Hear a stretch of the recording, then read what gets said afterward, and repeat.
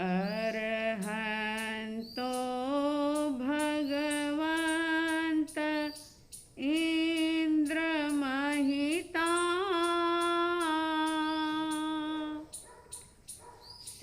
सिद्धाश्च सिद्धि स्थिता आचार्या जिन शासनोन्नति करा पूज्या उपाध्यायका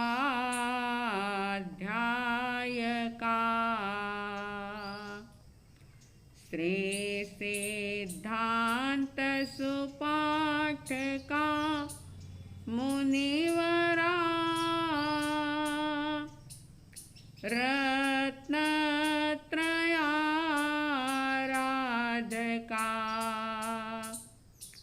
पंचते परमेष्टिनः प्रतिदिनं कुर्वन्तु नो मङ्गलं कुर्वन्तु नो मंगलम। श्रद्धालु जिज्ञासु श्रोताओं, नवपद आइंबिल ओली पर्व, जिसका आज 7वां दिवस प्रारंभ हुआ, साध्वी द्वय की तरफ से उन सभी भव्य आत्माओं की जो आइंबिल एकाशना आदि तप करते हुए 9 पद की साधना कर रहे हैं, वे सभी भाई बहन, वे सभी साधु साध्वी भगवंत जो इस ओली तप का आराधन कर रहे हैं, उनकी साधना आराधना की तहे दिल से अनुमोदना करते हैं, धन्यवाद और साधुवाद देते हैं कि इस अनमोल अवसर को पाकर के वे इस अवसर का पूरा लाभ लेते हुए जीवन को सार्थक कर रहे हैं। इन पावन पवित्र दिवसों में 9 पद की आराधना करने वाले ऐसे श्रीपाल और मैना सुंदरी का परम पावन चरित्र आप श्रवण कर रहे हैं। सुना था आपने कि धवल सेठ जो श्रीपाल कुमार की रिद्धि वैभव, उनके यश, उनकी कीर्ति को देख करके ईर्ष्या की आग में जल रहा है। उसके भीतर में जेलेसी का भाव बढ़ता ही चला जा रहा है। धवल सेठ के 4 खास मित्र उसके साथ में थे। वो अपने मन की बात अपने मित्रों से करता है, कहता है कि किसी भी प्रकार से श्रीपाल को अपने रास्ते से हटा दें तो सारे धन का, वैभव का और 2 जो राजकुमारियां हैं, जो इसकी पत्नियां हैं, उन सब का मैं मालिक बन जाऊंगा। मित्रों ने बात सुनी। 3 मित्र, 4 जो थे उसमें से 3 अच्छी मति वाले थे, सुमति थे, अच्छी बुद्धि वाले थे, अच्छी सोच वाले थे। तो वे धवल को समझाते हैं कि तुम जो सोच रहे हो वो बात ठीक नहीं है। बहुत समझाया और आप जानते हैं कि अगर दुर्जन को कोई सज्जन व्यक्ति समझाता है तो सज्जन की बात दुर्जन के जल्दी गले नहीं उतर पाती। तीनों मित्र समझा करके चले गए, लेकिन एक चौथा मित्र जो था, जिसे हम कुमति मित्र कह सकते हैं, वैसे तो सही अर्थों में मित्र या दोस्त वही होता है जो अपने दोस्त को सही मार्गदर्शन दे, सही दिशा दे, अच्छा रास्ता उसे दिखाए, बुराइयों से उसे बचाए। लेकिन कुमति मित्र, जिसके मन में लोभ और लालच का भाव जन्म ले रहा था, मति कुमति हो रही थी, और उसने सोचा कि अगर मैं धवल का साथ दे दूंगा तो जो इसे प्राप्त होगा उसमें से कुछ हिस्सा मुझे भी मिल जाएगा। और ऐसा सोचकर वो धवल के पास आया और न केवल धवल को आश्वासन दिया, बल्कि एक योजना ही बना ली। और योजना इस प्रकार से बनाई, वो कुमति मित्र कहता है कि मैं जो उपाय बता रहा हूँ, मैं जो आपको रास्ता बता रहा हूँ, उस रास्ते पर मेरे कहे अनुसार चलो तो दोनों ही नारियाँ और इतना वैभव जो है, धन दौलत है, और ये 250 जहाज जो है, ये आपको मिल जाएंगे। धवल तो यही चाहता था। उसने उस चौथे मित्र को भी कुछ लोभ लालच दे दिया और योजना सुन ली। और योजना के अनुसार वो क्या करते हैं कि वह श्रीपाल के पास धवल सेठ आता है और बहुत मीठी मीठी बातें करता है कि मेरा परम सौभाग्य है कि तुम मुझे मिले हो, और तुम्हारी बदौलत मैंने यहाँ तक कि ये यात्रा, ये व्यापार, ये धंधा, सब कुछ बहुत ही अच्छे से मैंने कर लिया है। मेरी पूरी यात्रा बहुत ही सुविधाजनक रही है। ऐसा धवल अपनी वाणी के अंदर मानो मिश्री घोल करके बातें कर रहा है। और जो सज्जन होते हैं वे दुर्जन की गति को जान नहीं पाते, क्योंकि उनकी दृष्टि सम्यक होती है, और सम्यक दृष्टि व्यक्ति को हर एक इंसान में गुण ही नजर आते हैं।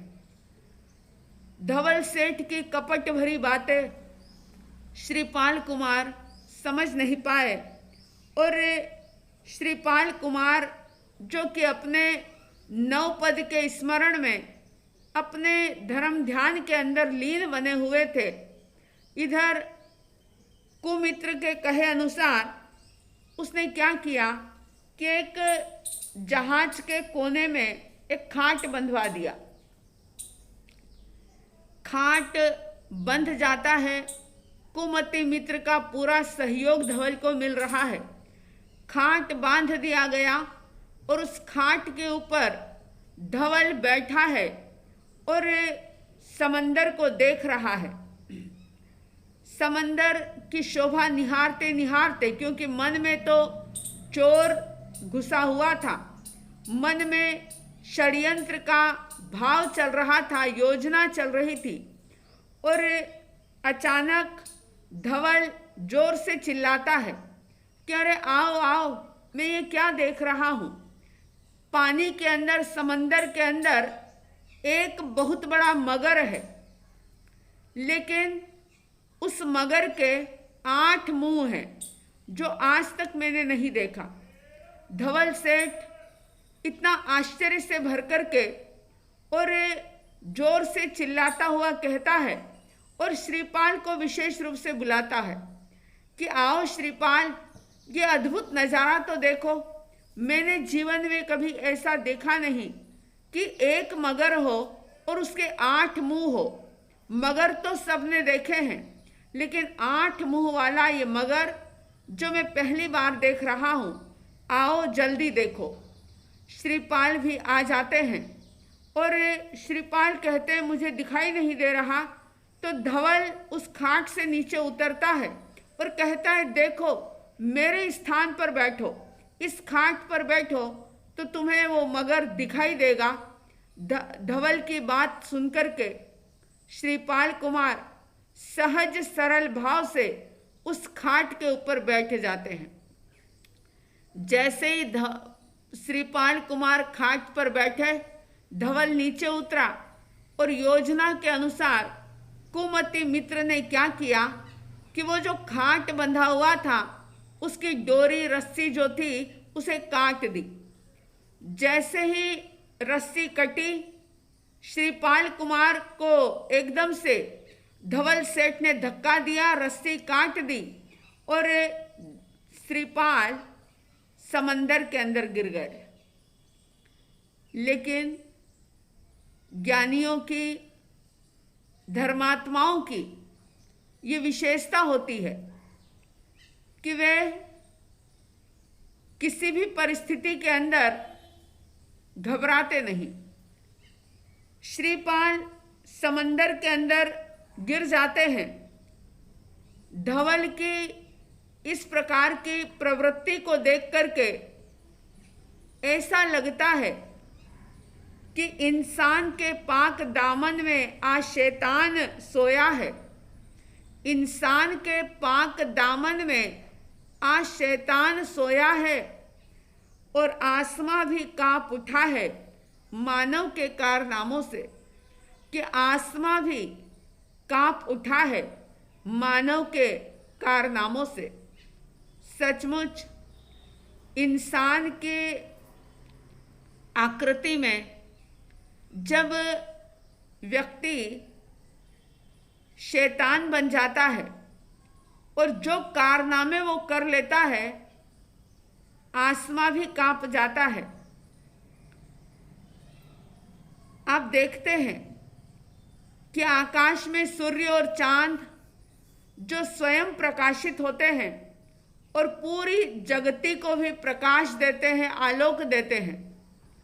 तारे जो होते हैं वे स्वयं अपने आप में आलोकित हैं, लेकिन उनका वो सामर्थ्य नहीं होता कि वे संसारी जीवों को या पूरी प्रकृति को प्रकाश दे सके, उजाला दे सके। लेकिन राहु जो होता है वह ना तो स्वयं आलोकित होता है, न दूसरों को आलोकित करता है, बल्कि खुद मेला और समय आने पर सूर्य को भी ग्रस लेता है, मेला कर देता है। दुनिया के अंदर भी 3 प्रकार के लोग होते हैं।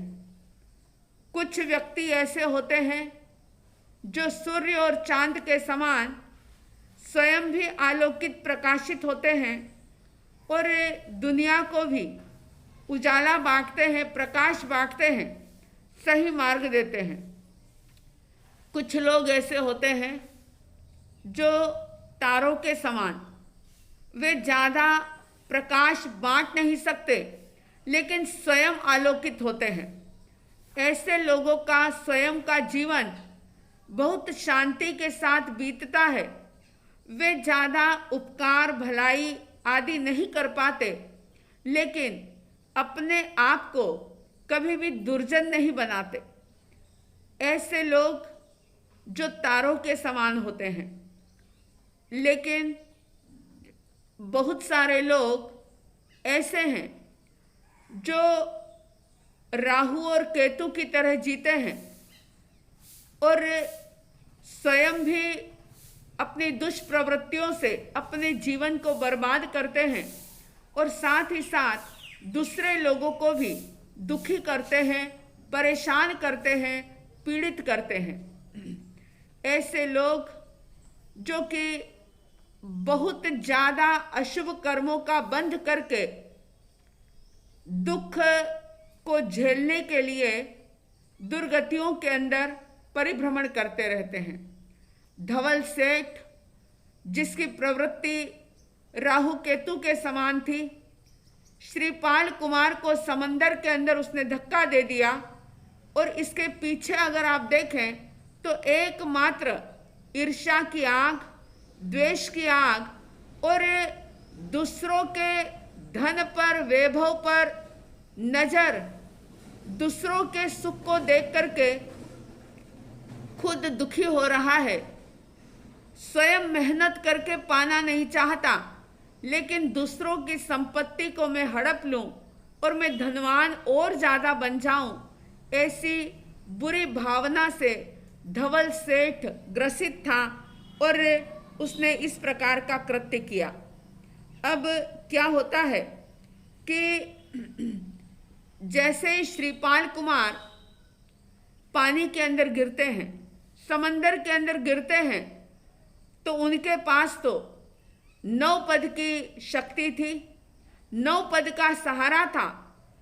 समंदर के अंदर गिर कर के भी वे डूबे नहीं। याद है आपको क्यों नहीं डूबे? इसलिए नहीं डूबे कि उनके पास 2 प्रकार की विद्याएं थी। एक थी शस्त्र परहरणी और एक थी जल तरणी।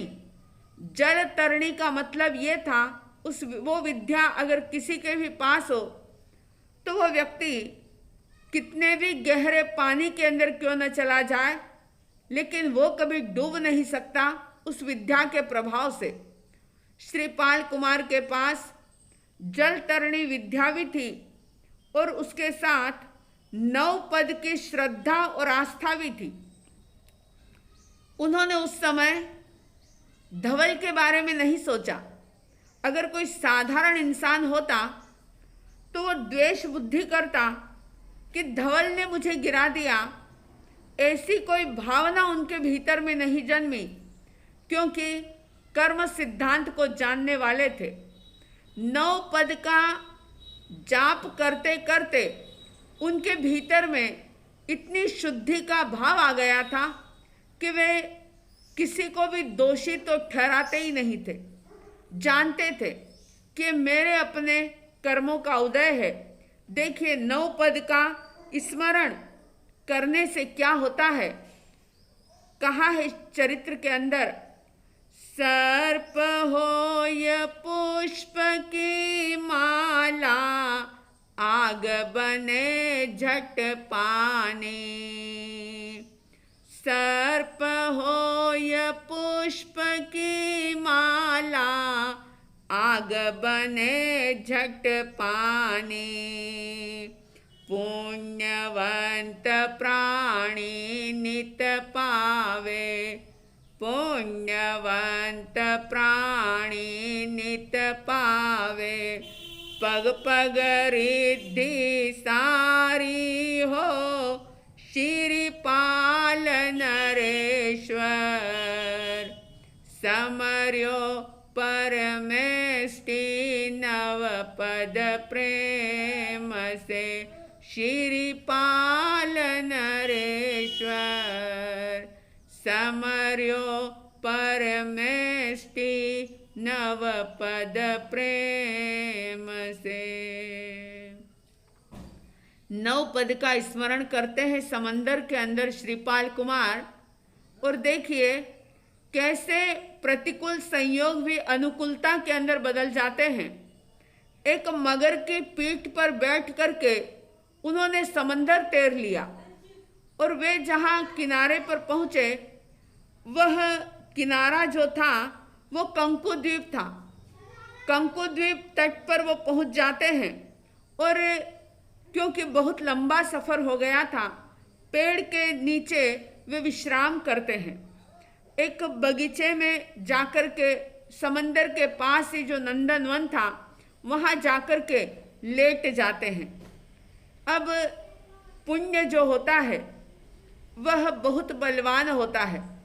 जैसे पाप का परिणाम दुख रूप में मिलता है, वैसे ही पुण्य का परिणाम हमेशा ही सुख रूप रहा है। अब क्या होता है कि वे आराम कर रहे थे, थोड़ी देर के बाद उनकी नींद खुलती है। श्रीपाल कुमार की आंख खुली, नींद खुली, तो उन्होंने देखा कि चारों तरफ सैनिक खड़े हुए हैं। खूब बड़ी सेना की टुकड़ी उनके आसपास खड़ी हुई है और सभी हाथ जोड़ करके श्रीपाल कुमार से अर्ज कर रहे हैं, गुजारिश कर रहे हैं, कह रहे हैं कि कंकु द्वीप के अंदर ठाणा नाम की नगरी है और जहाँ पर पशुपाल राजा राज्य कर रहे हैं, उनकी रानी वनमाला है और उनकी बेटी है गुणमाला। गुणमाला जो राजकुमारी, एक बार ऐसा हुआ था कि सभा के अंदर कोई ज्योतिष आया था और ज्योतिष से जब राजा ने पूछा था कि मेरी बेटी का विवाह कब होगा, किसके साथ होगा, तो ज्योतिष ने भविष्यवाणी की थी कि तुम्हारी बेटी का विवाह जिसके साथ होगा, वो बताया ज्योतिष ने कि एक व्यक्ति जो समुद्र को तैर करके, एक व्यक्ति जो समुद्र को तैर करके वैशाख सुदी दशमी के दिन 2.5 प्रहर धूप ढल जाने के बाद जो समुद्र तट पर नंदन वन के में चंपक वृक्ष के नीचे लेटा हुआ मिलेगा, वही समझ लेना कि तुम्हारा दामाद बनने के योग्य होगा, उसी के साथ गुणमाला की शादी होगी। ये बात सैनिक हाथ जोड़ करके श्रीपाल कुमार से कह रहे हैं कि ये बात सुनकर के राजा को विश्वास नहीं हुआ था कि कोई ज्योतिष केवल ज्ञानी थोड़ी ना है कि जो इस प्रकार की बात बता रहा है। भला समंदर तैर करके कौन आ सकता है।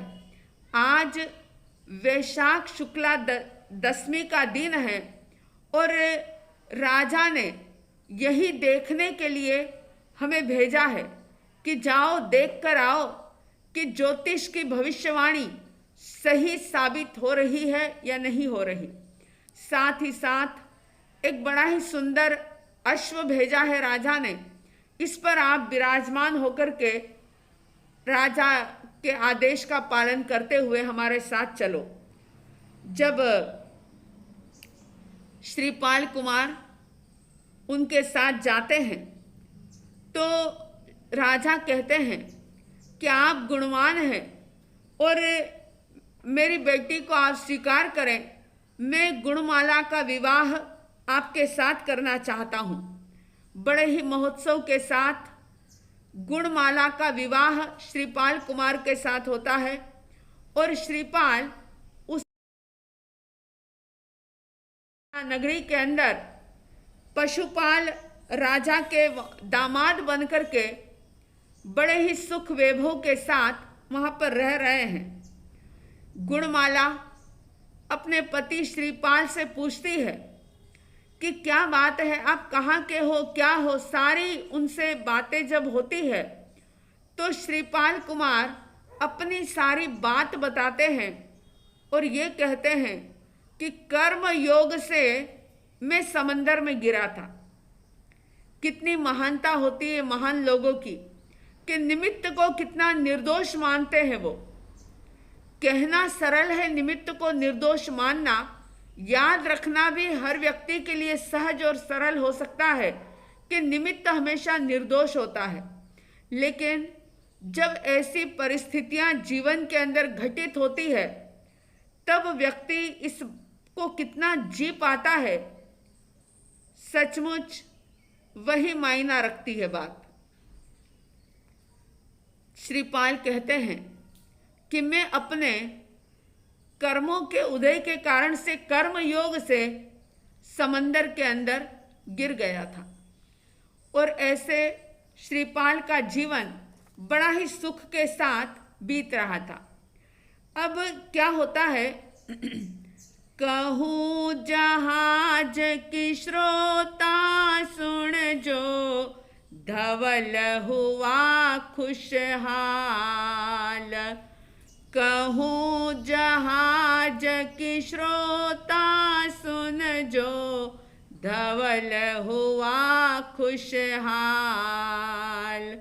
सब धन हाथ लगेगा मेरे, सब धन हाथ लगेगा मेरे।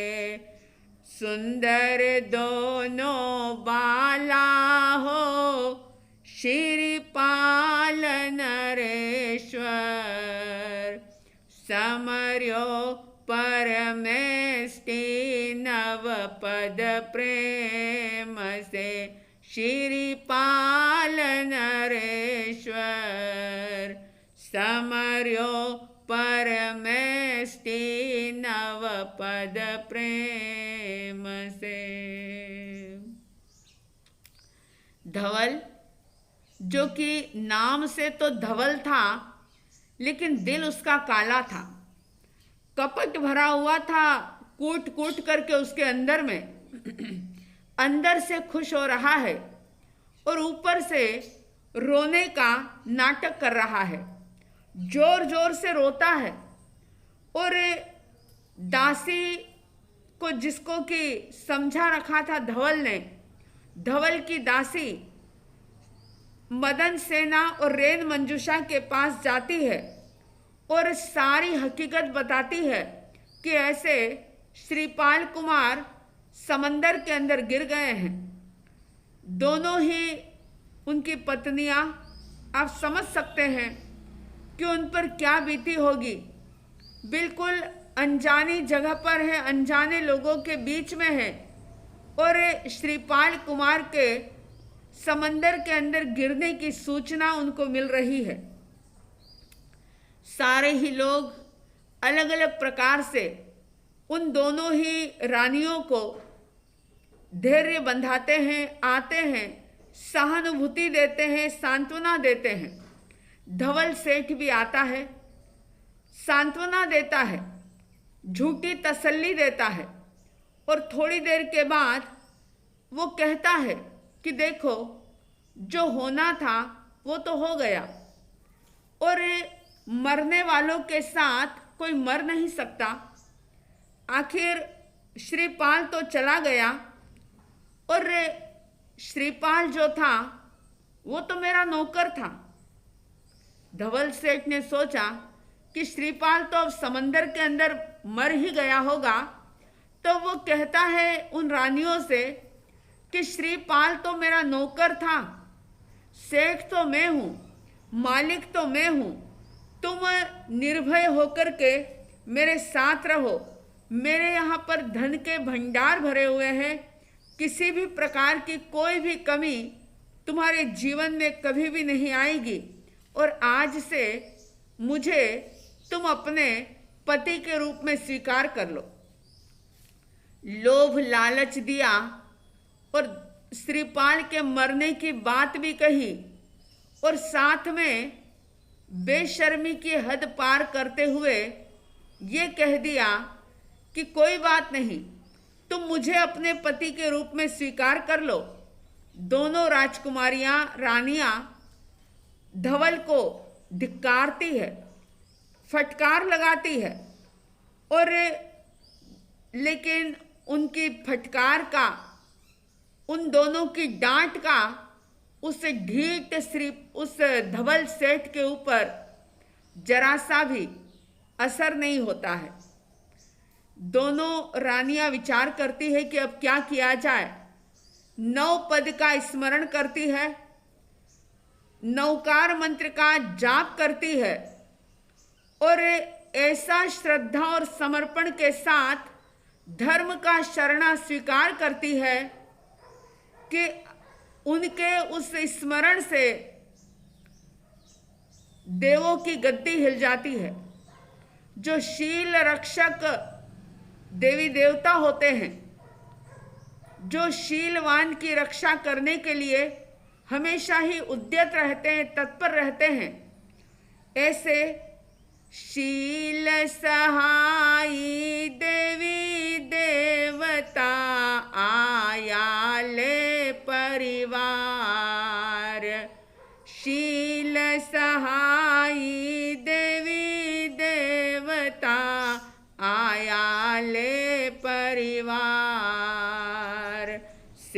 सती के शरणे आयो, सेठ सती के चरणे आयो, अब थारो आधार हो श्रीपाल नरेश्वर। समर्यो परमेष्टि नव पद प्रेम से श्रीपाल नरेश्वर। समर्यो परमेष्टि नव पद प्रेम से।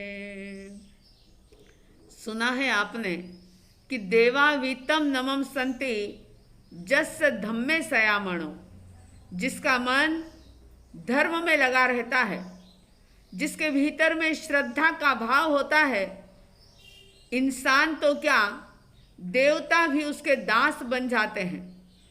शील रक्षक देवी देवता आते हैं और इधर जब जहाज डावाडोल होने लगे, देवी देवता सारे ही अपनी माया दिखाने लगे, तब धवल सेठ घबराता हुआ उन रानियों के चरणों में आता है कि अब तुम ही हमें बचाओ।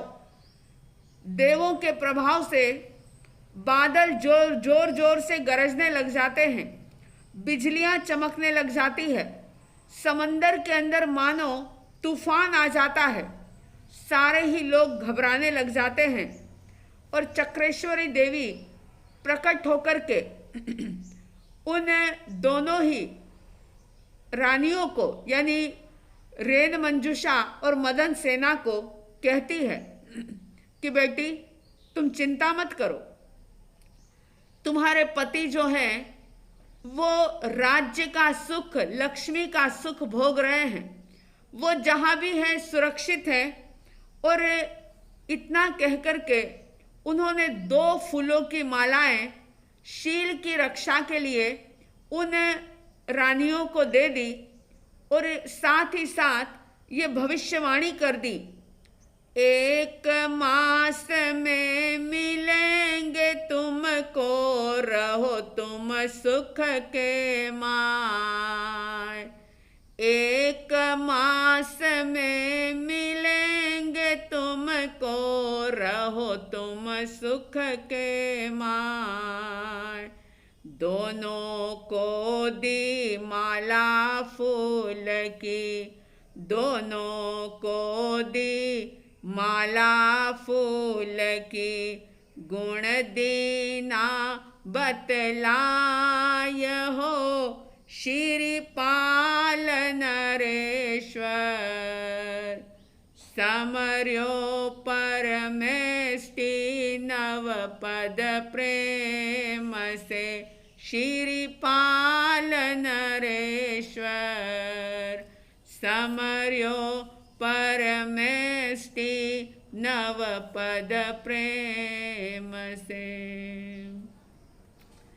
चक्रेश्वरी माता उन दोनों रानियों से कहती है कि 1 महीने में श्रीपाल कुमार तुम्हें मिल जाएंगे, ये दोनों 2 फूलों की माला तुम अपने पास रखो, इससे हमेशा ही तुम्हारे शील की सुरक्षा होगी, शील की रक्षा होगी। और देवी देवता अपने अपने स्थान पर चले जाते हैं। मदन सेना रेन मंजूषा पूर्ण रूप से आश्वस्त हो जाती है, धर्म का शरणा स्वीकार करती है, 9 पद का स्मरण करती है। उन्होंने ये नहीं सोचा कि अब भविष्यवाणी हो गई है, फूल की माला से तो हमारा वैसे भी शील का रक्षण हो जाएगा, अब 9 पद का स्मरण करने का क्या काम है। लेकिन उनके रोम रोम में धर्म रमा हुआ था। धर्म को वे इस प्रकार से इस्तेमाल नहीं करते थे कि भूख लगी या आवश्यकता हुई तब उसका इस्तेमाल किया जाए, बल्कि धर्म को ऑक्सीजन की तरह जीने वाली वे रानियां जिन्होंने 9 पद का स्मरण किया। जहाज आगे बढ़ रहे हैं, अब जहाज आगे बढ़ते हुए कहाँ पहुँचते हैं और किस प्रकार की घटना घटती है, समय आने पर आप सुनेंगे तो संपूर्ण वृत्तांत ज्ञात हो सकेगा। इन्हीं शुभ और मंगल भावनाओं के साथ जय प्रभु महावीर, जय गुरु आनंद।